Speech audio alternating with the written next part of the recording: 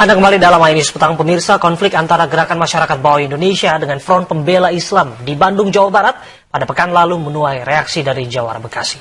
Puluhan orang yang mengatasnamakan Persatuan Jawara Bekasi menantang Ketua GMBI Bekasi. Tantangan ini dilakukan setelah pihak Jawara Bekasi gagal berdialog dan tidak mendapatkan respon dari pihak GMBI Bekasi saat berupaya menemui Ketua GMBI untuk mengkonfirmasi keterlibatan GMBI khususnya di wilayah Bekasi dalam aksi di Bandung pekan lalu. Sementara itu, Kapolres Metro Kota Bekasi akan menindak tegas bagi penyebar isu provokasi yang mengadu domba dua kubu yang kini sedang memanas.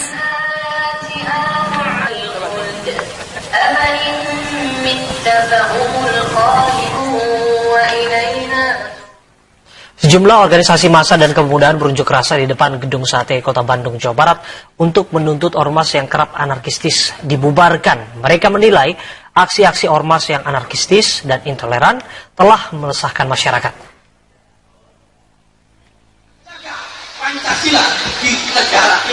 Ratusan anggota organisasi masyarakat se-Jawa Barat ini berkumpul di depan Gedung Sate Kota Bandung. Mereka menuntut pemerintah membubarkan ormas-ormas yang kerap berbuat anarkistis. Aksi ini dihadiri oleh tokoh-tokoh Sunda, ulama, tokoh masyarakat, dan santri Jawa Barat. Mereka menilai bentrokan antara ormas yang terjadi Kamis pekan lalu depan Mapolda Jawa Barat telah meresahkan masyarakat Jawa Barat. Karena itu cukup beralasan jika pemerintah membubarkan ormas-ormas yang kerap berbuat anarkistis. Yang lagu Cirebon.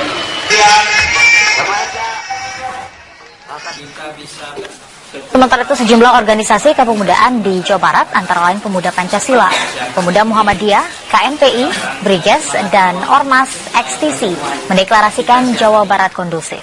Dalam deklarasi ini mereka meminta elit politik nasional tidak memindahkan ketegangan nasional ke Jawa Barat.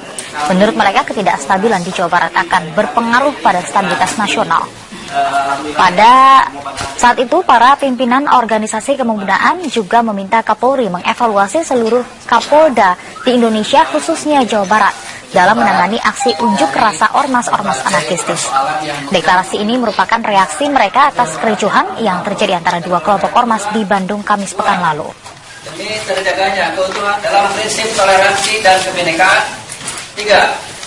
Demi Sementara itu pemirsa, Polda Jawa Barat memastikan akan segera melakukan gelar perkara terkait kasus yang menjerat Rizik Syihab.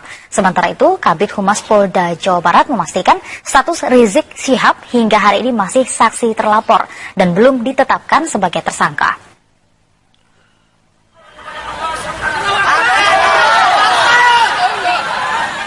Polda Jawa Barat menyatakan baru akan memanggil Rizik kembali pada pekan depan setelah gelar perkara dilakukan.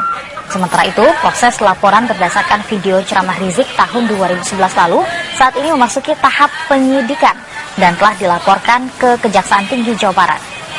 Meski begitu, Kabid Humas Polda Jawa Barat Kombes Pol Yusri Yunus menyatakan Polda belum menetapkan tersangka dalam kasus ini, termasuk status Rizik Syihab yang masih sebagai saksi terlapor. Sejauh ini sudah 15 orang saksi yang dimintai keterangan.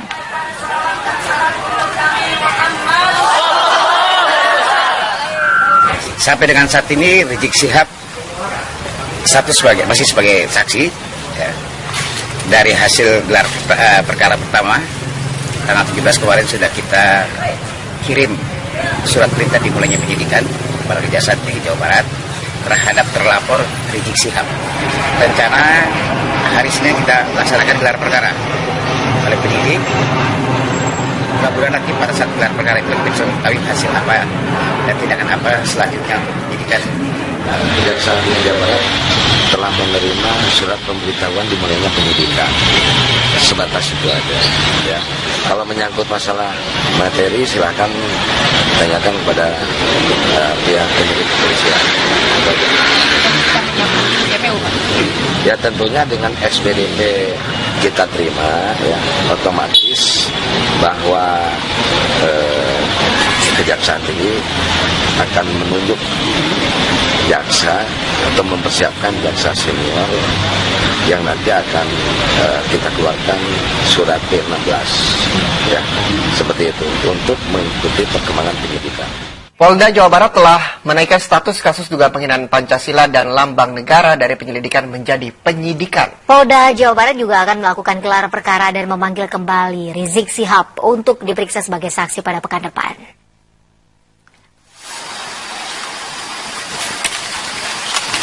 Kabid Humas Polda Jawa Barat Kombes Pol Yusri Yunus mengatakan akan melakukan gelar perkara serta memanggil kembali Rizik Syihab untuk menjalani pemeriksaan sebagai saksi di Direktorat Kriminal Umum pada pekan depan. Untuk memperkuat bukti pada pemeriksaan sebelumnya, Polda Jabar juga akan memanggil sejumlah saksi tambahan seperti panitia dan polisi yang ada di lokasi saat ceramah Rizik Syihab berlangsung. Hingga kini sudah 13 saksi diperiksa, diantaranya ada saksi pidana, saksi lapor, cyber, dan saksi ahli bahasa. Polda Jawa Barat telah menaikkan status kasus dugaan penghinaan Pancasila dan lambang negara ini dari penyelidikan menjadi penyidikan.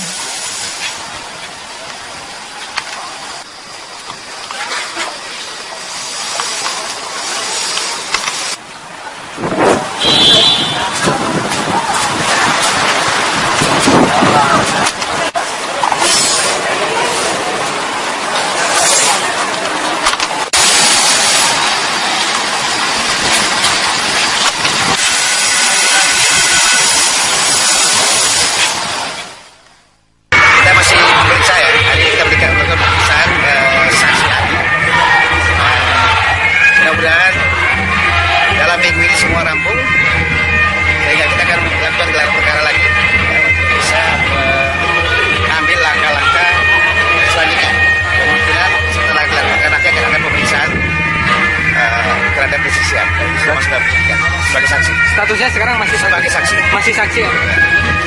Ada berapa saksi Bang? Totalnya sekarang yang diperiksa saksi? Total saksi sekarang diperiksa ada 13 saksi yang diperiksa. Ya. Mudah-mudahan minggu depan kita lakukan gelar perkara. Minggu depan kita bisa menentukan apa lagi yang harus kita lakukan. Tapi kemungkinan akan ada pemanggilan kepada Rizik Syihab sebagai saksi. Dipanggil kembali berarti Bang? Pak, ini tahapannya sekarang masih penyelidikan atau penyidikan? Jadi ini sudah masuk ke penyidikan, SPDP sudah kita kirimkan ke Kejaksaan Tinggi 2 hari yang lalu, ya, dengan status masih terlapor. Kapolri Jenderal Tito Karnavian menyayangkan terjadinya bentrokan antara massa FPI dengan GMBI di Jawa Barat pekan lalu. Kapolri meminta siapa saja yang dipanggil penyidik untuk diperiksa tidak membawa massa dalam jumlah yang besar karena rentan menimbulkan gesekan dan anarkisme. Harap kalau ada pemanggilan-pemanggilan, tolonglah tidak perlu adanya mobilisasi massa. Karena kalau terjadi mobilisasi massa, akan terbentuk psikologi massa. Psikologi massa ini berbeda dengan psikologi individu. Kalau psikologi individu bersifat rasional mereka, logis. Tapi kalau psikologi massa, ini kadang-kadang irasional. Ya, kita susah mengendalikan massa. Mengumpulkan 1.000 orang dengan 100.000 orang itu tidak gampang mengendalikannya. Resiko pengendaliannya akan sulit. Ya. Oleh karena itu, ketika terjadi pemanggilan misalnya, datanglah. Datang cukup dengan membawa lawyer saja. Kalau kita benar, tunjukkan kebenaran itu, sampaikan kebenaran itu. Nanti kan pemanggilan di polisi bukan proses yang terakhir. Kalau terjadi pengerahan massa, akan menimbul pengerahan massa yang lain. Karena isu-isu biasalah. Kalau ada isu naik, ada yang pro dan kontra. Itu sangat biasa. Ya.